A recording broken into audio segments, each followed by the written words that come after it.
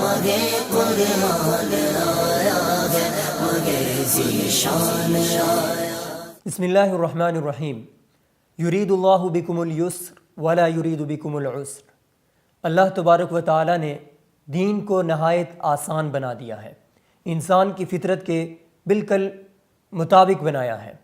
اسی لیے اللہ تبارک و تعالیٰ روزوں کے باب میں فرماتے ہیں کہ یرید اللہ بکم اليسر ولا یرید بکم العسر، کہ اللہ تمہارے لیے آسانی پیدا کرتا ہے نہ کہ سختی۔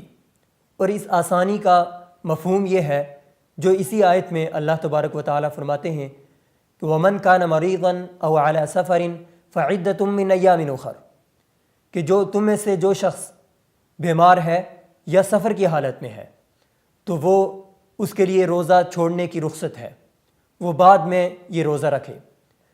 یعنی اللہ تبارک و تعالیٰ نے اس کو رخصت دی ہے، ایک آسانی پیدا کی ہے کہ مریض کے لیے مشکل ہوتا ہے روزہ رکھنا، جو انسان سفر کرتا ہے، سفر کی تھکاوٹ کی وجہ سے انسان پر گراں گزرتا ہے، تو اس لیے روزے کی چھوٹ دی ہے، اور جب بعد میں وہ تندرست ہو یا مقیم ہو تو وہ روزہ رکھ لے۔ جس طرح اللہ تبارک و تعالیٰ نے حکم دیا ہے کسی کام کے کرنے کا جو ہمارے اوپر فرائض ہیں، مثلا اسی روزے کو لے لیتے ہیں کہ اللہ تبارک و تعالیٰ نے ہمیں روزہ رکھنے کا حکم دیا ہے، تو یہ اللہ تبارک و تعالیٰ کا ایک حکم ہے۔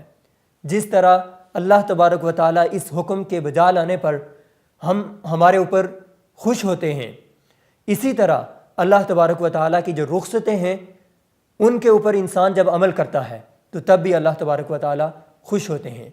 اللہ کا مقصد یہ ہے کہ بندہ میری بندگی کرے، میری اطاعت کرے، تو اللہ تبارک و تعالیٰ جب انسان کو رخصت دیتے ہیں تو ہمیں وہ رخصت بھی لینی چاہیے۔ بعض لوگ وہ اس چیز کو چھوڑ دیتے ہیں کہ افضل یہ ہے کہ ہم روزہ رکھ ہی لیں، نہیں، بلکہ اللہ تبارک و تعالیٰ نے جن چیزوں میں رخصت دی ہے ہمیں رخصت کو اپنانا چاہیے۔ جو آسانی اللہ تبارک و تعالیٰ نے ہمیں دی ہے ہمیں آسانی کو لینا چاہیے، اسی میں اللہ تبارک و تعالیٰ کی خوشی ہے۔ مگے قرآن آیا ہے، مگے ذیشان آیا۔